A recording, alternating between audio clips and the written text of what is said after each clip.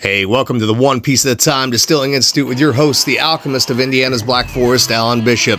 Hey, this channel is all about home distilling and legal distilling. If you've got questions, reach out to us in the comments below, social media, or via bishopshomegrown@gmail.com. And don't forget to check out thealchemistcabinet.com. Back again, guys. So, a couple short questions here. I might be able to get 3 questions into this because most of these are fairly short and fairly easy to answer. Another talking head video, if you will. But anyways, so we're just going to jump right into it and see how many of these we can get through. So, from Michael Finnegan, I'd like to try rye mash. I acquired some beta-glucanase, which I read helps break down rye. Using just corn and unmalted rye acquired from a local farm, what would my procedure be? At what point in temp should I add the glucanase enzyme? And then he sort of lays out what he's planning on doing here. So, grind corn and rye separately. Cook the corn at 190 for 90 minutes, adding some HTL alpha enzyme. Cook to approximately 170 and add the ground rye. Cool to approximately 155 and add additional alpha amylase. Let it cool to approximately 90 to 100 and add glucoamylase. And let cool to pitching temp and add daddy. Enjoy the videos and thanks in advance for any recommendations.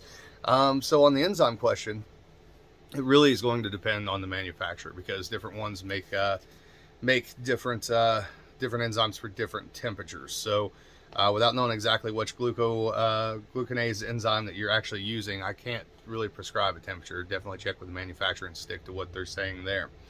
Otherwise, looking over your protocol, it mostly looks pretty good here. So I would say, so you've got the corn being cooked at 190 for 90 minutes, adding HTL alpha enzyme.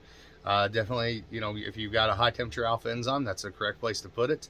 Although some of those alpha enzymes are at the 155 range. So also, you should have metabolized the corn if you're going the 190.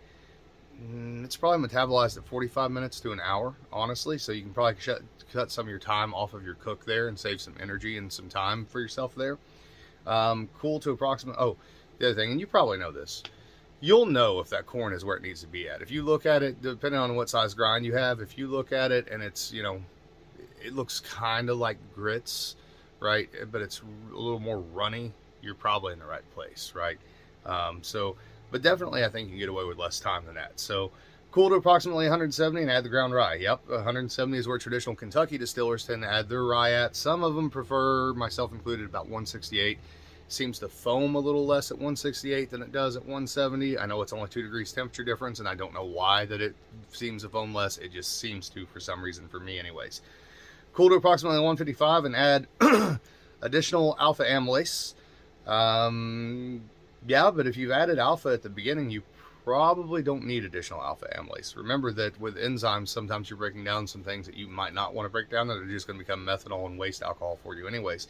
So I would suggest picking one alpha amylase, whichever one you want at whatever temperature, maybe using a little bit at the beginning, obviously, to thin things out if you have to, a very small amount. But if you got a high temp alpha amylase that takes care of all your alpha needs, I would just do it at the very beginning and have all that in there and out of the way so you can use your secondary enzyme at that 155, 145 range, depending on what the manufacturer suggests. Let it cool to approximately 90 to 100 and add glucoamylase. So your secondary enzyme, really your tertiary here, is glucoamylase at low temperature.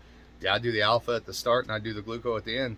Let cool to pitching temp and add daddy. You're 100% right on there, man. So I don't know how much I helped you, but I do appreciate the questions. And like I said, cut those enzymes back a little bit. If you don't have to dose it twice, don't dose it twice. That way you're just getting pure flavor from the grain and not some of the off flavors you might otherwise get. So let's see, I got one here from Roger Wilkerson, and the email cut off partially, but I know what he's getting at. So one more question for you. I generally cover my fermenter.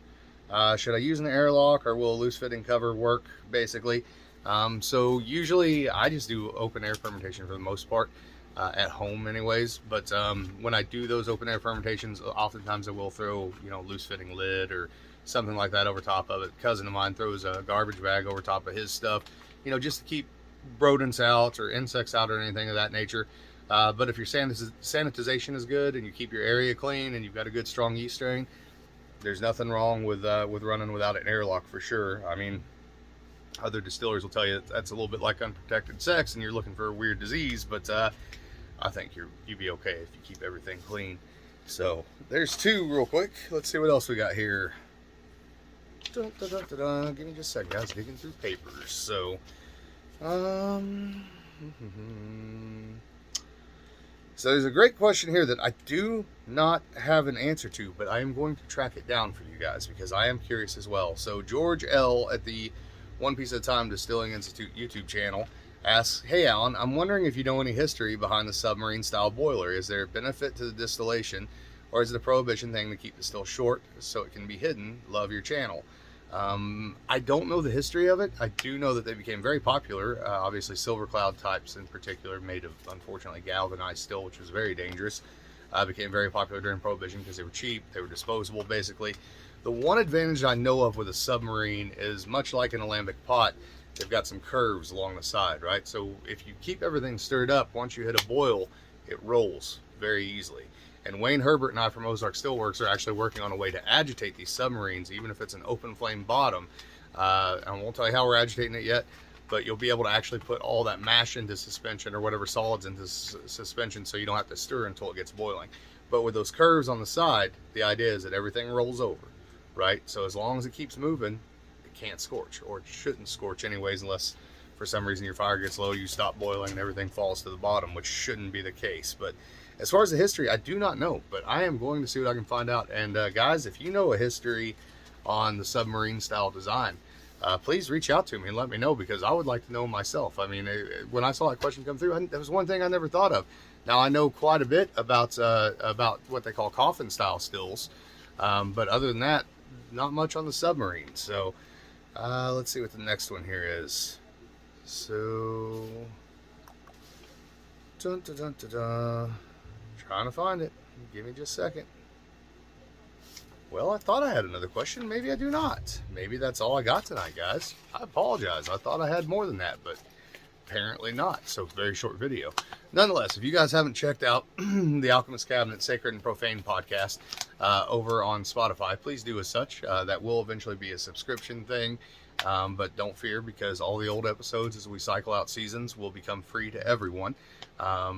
You know, just a way to help us raise a little bit of money to invest back into the channel and the various projects that myself and my wife can really work on, and something that I really enjoy doing. And as always, check out thealchemistcabinet.com, pick up our books, DVDs, etc. It all goes to support the cause, guys. And if you have questions, reach out to me, bishopshomegrown@gmail.com, YouTube comments below, social media. If I don't get back to you, it's because I either didn't see it or I missed it. Ping me again. You're not going to hurt my feelings. I'm not going to get mad at you, because I do oftentimes misplace things or forget about things. I'm human and I got a lot going on. All right, guys. Love y'all. Later.